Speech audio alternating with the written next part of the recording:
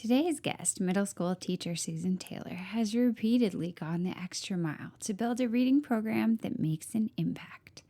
Not only does she guide her students toward the best books available, she guides her whole teaching network the same way through her podcast, Wonder World Book Cafe. Today, we're going to go rapid fire through her favorites to recommend to students and why she likes them so much. You'll walk away with fantastic recommendations for novels in verse, graphic novels, historical fiction, and much more. You'll discover Susan's top pick for First Chapter Friday, the one book she thinks every classroom library should have, and the superb, easy-to-copy way that she helps students recommend books to each other all year long as an easy part of their regular reading routine. Welcome to the Spark Creativity Teacher Podcast, a podcast for English teachers looking for more. More creativity, more engagement, more joy, and no more scripted curriculum, lesson planning ruts, or boring book lists. I'm Betsy Potash, and I'm honored you're trusting me to help. You're not alone on this creative journey anymore. Well, welcome to the show, Susan. I'm really excited to be on with you today. We've been talking about this for months, and I'm just delighted that it's happening. Betsy, I'm so delighted to be here today. I feel like we've been internet friends for a while. I started following you in 2020, and then I became a member of your Lighthouse community, which I absolutely love. And then thank you for sharing your family's journey through Bratislava. Welcome home. Oh, thank you so much. Now we're internet friends who live in the same state. Yes. Well, I'm super excited to have you here because you have so much expertise on our subject today. We're going to be diving deep into books together, the books that our students love, the books that we recommend to them with so much joy. And I wanted to just first set the scene. Can you tell us a little bit about your role as a teacher and a book review podcaster too, because that's so relevant to what we'll be chatting about? Sure. I teach 8th grade in California's Central Valley. We have to say we're 2 hours from everything that's cool, the beach and the mountains, but we're mostly just a flatland farming communities. Fortunately for me, I get to teach my two favorite subjects, English and history. That's the best combo, right? I love it.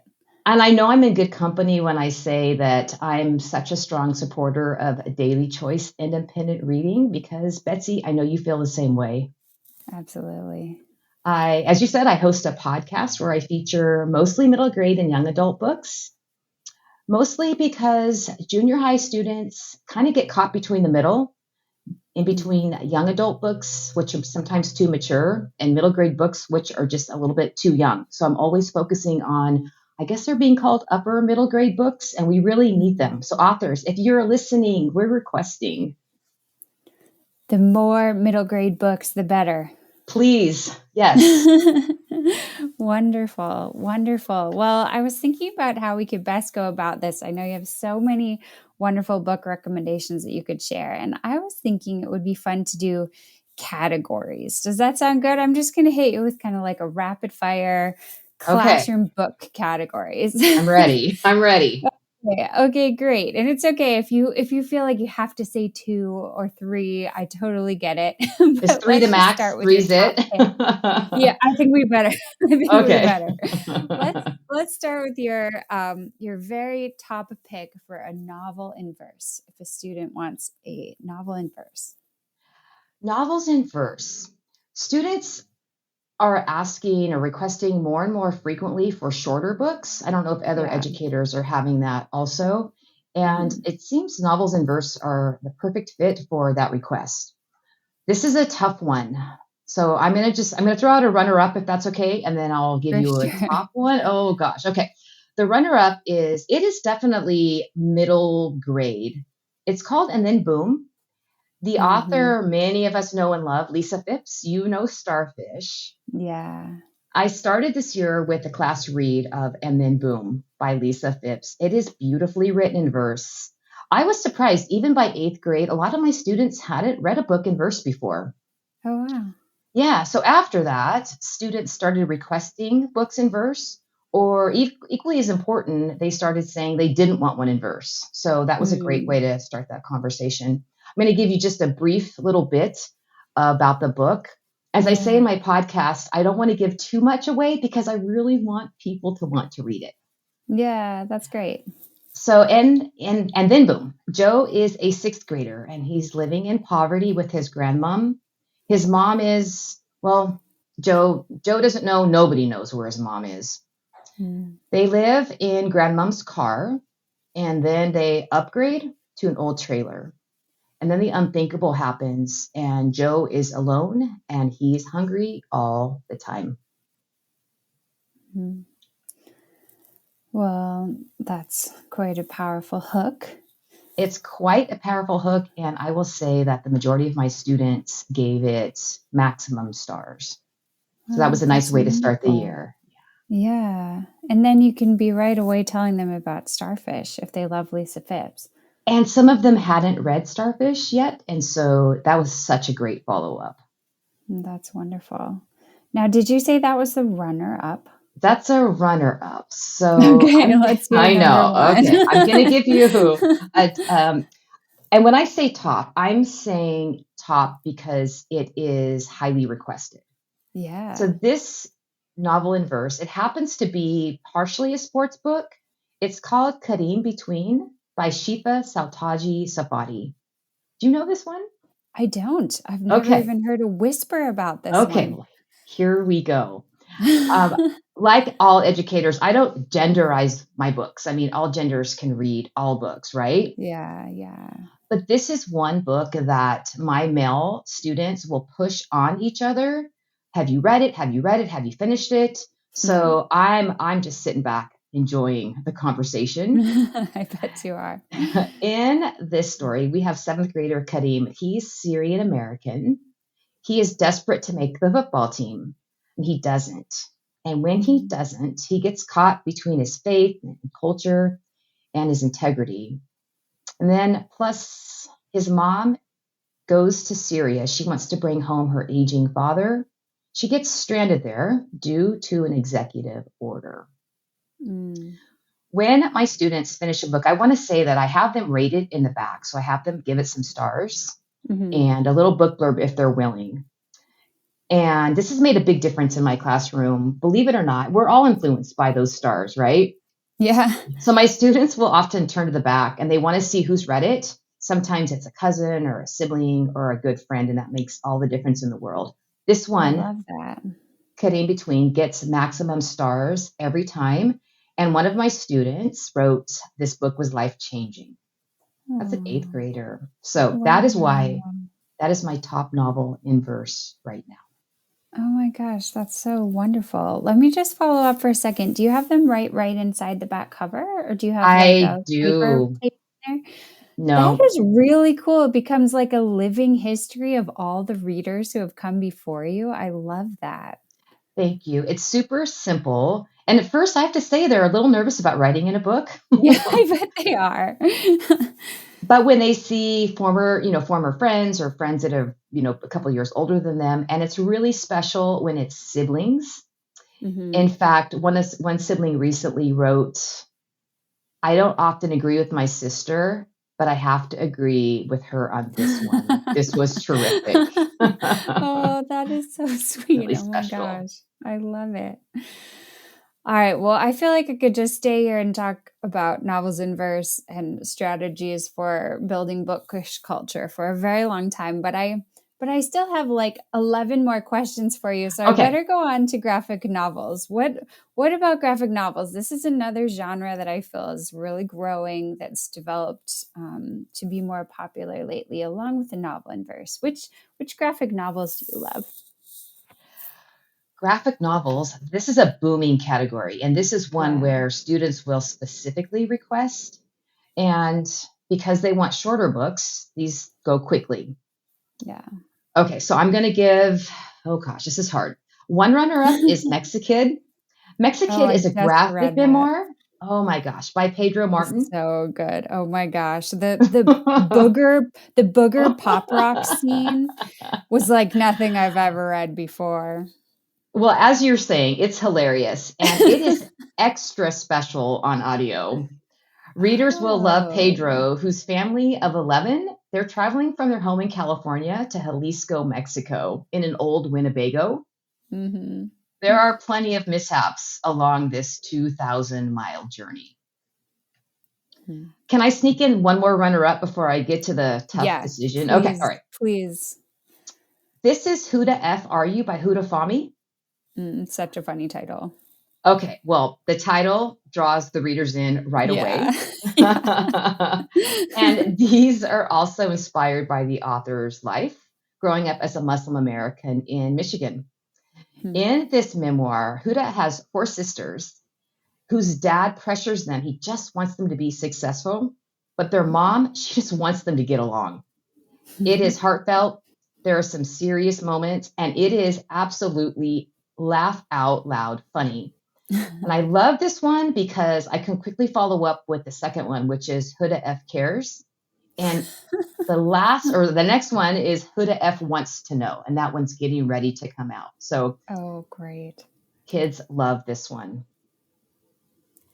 And I'm ready Wow. for my top recommendation if Oh you my are. gosh. If those two are the runners up, I can only imagine how amazing this top one is going to be. Well, I want to say that I encourage my kids to quit books if they don't like them. And for some, that's the first time they've been given permission.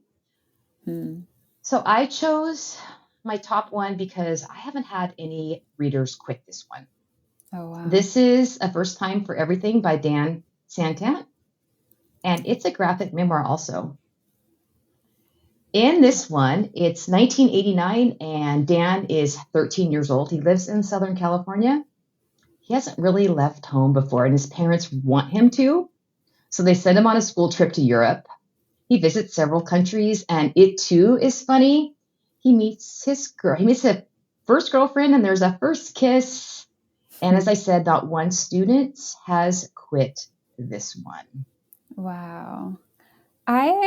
I was so surprised when Dan Santat brought out a graphic novel about a trip to Europe, like almost in the same month that Jerry Craft brought out a graphic novel about a trip to Europe. Did you happen to notice? I noticed that. I didn't know if they had discussed that. I know. It was almost like they were trying to create a set of book clubs or something. It was fascinating. But I haven't read Dan Santat's yet. I've only read Jerry Craft. So now I definitely have to. It's your number one. Wow. It's the number one. Yes. Fabulous. Okay. I'm going to keep going. Okay. Lots of questions over here. All right. What's one author that you love that you feel like people are missing out on? I feel like there are a few that kind of hit viral status among English teachers, and we know about those. But then there are some that are just waiting to be discovered. What's one of yours that you have in your secret back pocket that you feel like deserves a lot more spotlight? This author is Rex Ogle. Rarely does a reader quit a book by Rex Ogle. It's been a favorite. Gosh, it's Free Lunch, and it's been around for a while. I want to talk about Free Lunch and then the follow-up. It's actually a memoir also. I seem to be on a memoir kick today. It's on the shorter side, just under 200 pages. In it, he writes about his middle grade years growing up in poverty with his mom and his stepdad. Maybe it's a boyfriend. I think mom's boyfriend is abusive. School for him, it's a refuge and a curse. It gets him out of the house. He's really bright, but it's obvious to his peers and to his teachers that he's poor. And with that comes a whole host of issues. What I love about this is right after students finish Free Lunch, the next one is Punching Bag, and it's Rex Ogle's memoir of his high school years. And then he wrote a novel in verse, and it's called Abuela, Don't Forget Me. These books are excellent, and the students really, really love them. They're pretty impactful. Fantastic. Wow. An author that I didn't know about with 3 wonderful books in a row. Right? That's very exciting. Even better. Thank you. Yeah. All right. Now we're going to do a little twist and move over into the genre of adventure and fantasy. This one hits home for me because my son, who's a middle schooler, absolutely loves adventure and fantasy. So it's a genre we've explored a lot in our house. What do you like to give your fantasy loving middle graders? Okay. I'm going to go. Can I go back to the action packed? Yeah. Actually? Okay, great. Okay. So my personal favorite genre is historical fiction. And my Mm. students love Alan Gratz. So I don't have to Hmm. work very hard at getting Alan Gratz into their hands. Yeah. But I feel like when it comes to action packed, World War II, which is one of my favorite topics to read about, is pretty action packed. So I wanted Hmm. to just mention Ruta Sepetys, if that's Oh, okay. yeah, of course. Her books definitely are action packed and fit into that upper middle grade young adult category. My students have been really enjoying Between Shades of Grey, which is Hmm. on Netflix with the name Ashes in the Snow, and also Right. Salt of the Sea, both set during World War II. There's plenty of action. They're heartbreaking. And they all have Sepetys' signature for telling stories about little known historical events. So when students ask for action packed, I tend to go to the historical fiction genre. Okay. Okay. So you point them toward something a little closer to reality instead of the kind of fantasy world. I do. I do. Nice. Nice. Okay. Next, I wanted to ask you about one of my favorite authors because I always recommend him. Everybody listening probably has already heard me talk about Jason Reynolds for hours. I love Jason Reynolds. I love all of your episodes where you talk about him. Yes. Aw, I'm honored by that. But I wanted to sort of extend it and say, what if you get a student who you recommend Jason Reynolds to and they love it and then they're looking for the next thing? What do you give them if they've loved Jason Reynolds? What's next on your agenda? Okay. What a great question.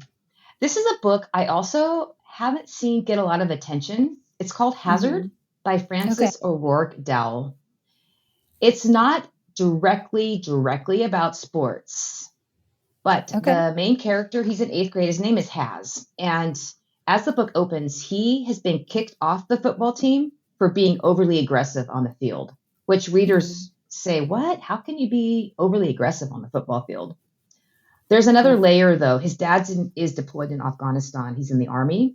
Hmm. And what students have enjoyed about this one is the story unfolds in a unique format. There's text messages, there's some emails and interviews, and has been ordered to see a counselor.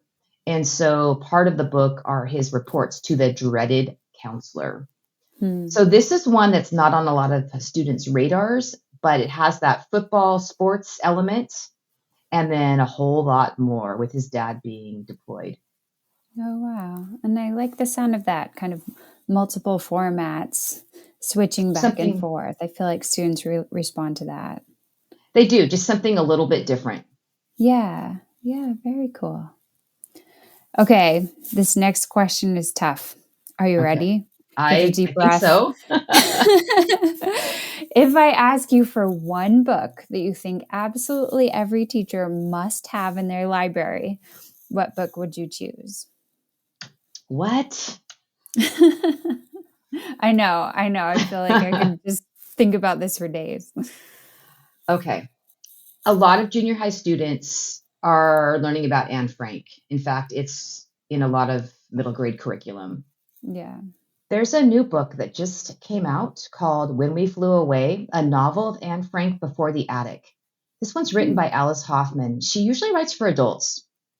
I recommend this as a must have because it really sets the scene for Anne Frank, for anti Semitism, how Jewish people ended up being led to concentration camps and or going into hiding, as was the Franks case.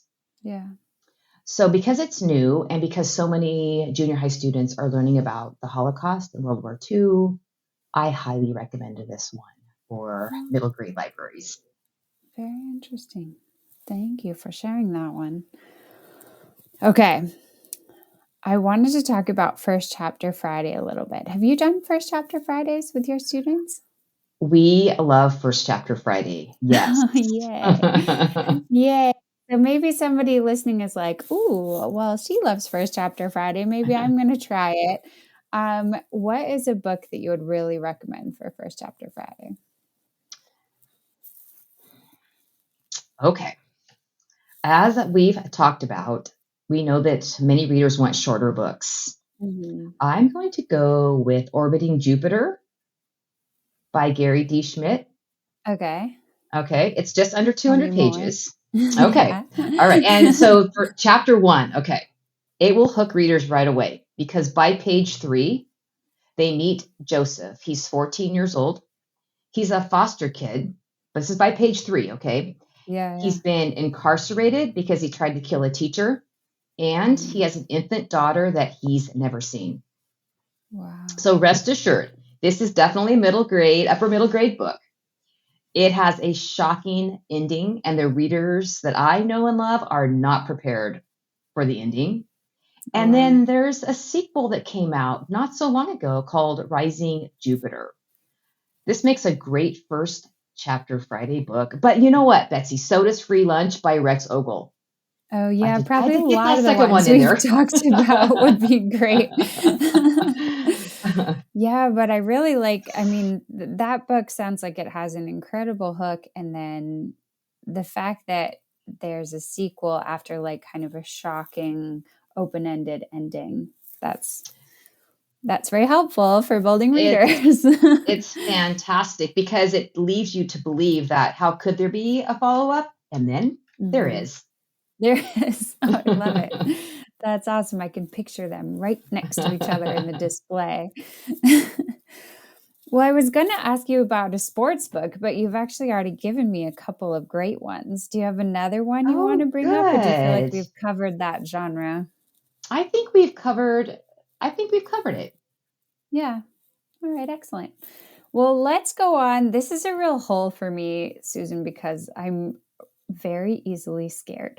And I have read very little mystery or thriller. If a student wants a mystery or thriller for me, I'm like, Sherlock Holmes.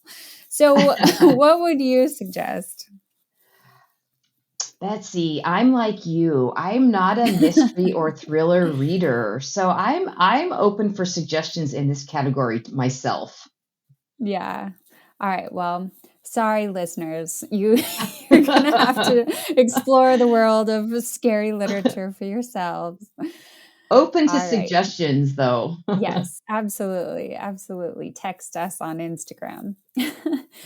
Okay. Well, in that case, we've reached my almost last question. And I think this is something that comes up for teachers a lot. It is so helpful when building a reading program to be able to talk about the books that we've read, the books that we love as teachers. So I'm wondering, you read so extensively, you build this program, you run your own podcast about the books that you want to help teachers to know about. How do you find time to do that kind of reading? And what types of platforms do you use? Or are you a paper book gal? Well, I love the actual hold the book in my lap. Hmm. I do. Me too. But when that's It's not not always possible, possible. it's not possible. I have grown to love audiobooks. And Mm, I think I learned about Libro FM's advanced listener copy program from you, Betsy. it's so great, isn't it? It's like Christmas at the No, first of every we need month. Christmas. We're going to link it So, in the show notes, oh, guys, good. because you have to get on there and get your free educator audiobooks every month. And there's so many of them. They're so good. I feel like audiobooks are kind of the gift of time. So I have a little bit of a commute on my way to school, Yeah. so I listen then, or if I'm out running Yeah. or I'm unloading the dishwasher. So audiobooks have been really helpful and have allowed me to read more than I would be able to, if I was just holding Hmm. in the book on my lap. For sure. It's allowing me to read books just for me, which is a goal for me this year. I really want to try to read books just for me that I'm not Yeah. going to be Yeah. That's including in my fair. classroom. Yeah. Hmm. Lovely. So So yay for you're a audiobooks. combination of paper and audio. Is I that right? am. And I love my Lovely. library. They're really, really helpful there too. Yeah. Do you collaborate with your library at all on books for your classroom, or do I you mostly do. find those yourself? I collaborate with our school librarian Wonderful. and our community librarians. So they are the most helpful people in the world. That's so wonderful. I feel like that relationship can be so meaningful, and like every librarian I've ever reached out to has tried so hard to help me. It's amazing. It's so amazing. They do such great work. Yeah, yeah. So I just want to put that little plug in here at the end. Like, be like Susan, reach out to your local and school librarians, because it can make such a big difference. Yes. Yeah. Okay, well, this has been such a pleasure. Thank you so much for being here. I want to give you a chance to talk a little bit more about where our listeners can go to get much more of this with you. Oh, thank you for that, Betsy. I have loved talking with you today. It's Well, been as you fun. know, you can tell I love talking about all things books and stories with you, Yes. with anybody who wants to listen, with my own students. So a few years ago, I decided to broaden my book talking with a podcast, and I just recorded my 105th episode. Wow, Thank congratulations. you. Each episode is fun size. They're right around 10 minutes. And in that short period of time, I give listeners enough information to decide if the book is right for the readers that they serve. So it's really geared more towards adults. Hmm. But I never give away too much of the story because I really hope that the adults and that they want to read it and that they want to recommend it to the readers that they love. So you can find it on Apple, on Spotify, and many other podcast platforms. It's called Wonder World Book Cafe. Also, I'm on Instagram, same title, Wonder World Book Cafe. Fantastic. So, what your podcast really allows is that when teachers don't have time to read every book that they want to be putting on display, it gives them that background, and then hopefully, eventually they might have time to read it. But you help them to choose what's really worth their time, right? Am I saying Thank that you. right? You are. That is definitely the goal because we know as educators what we always want more of is time. So hopefully it's a Yeah. gift of time for people who can't read all of the books. Yes. Yes. It absolutely is. Well, thank you again so much, Susan. What a joy. Betsy, thank you. I want to just end with the tag in my podcast, which is the Hmm. world needs the light that comes from a world of readers. Thank you so much for having me today. Thanks so much for joining Susan and me today to talk about all these wonderful book recommendations. Until next time, take care of yourself and stay creative.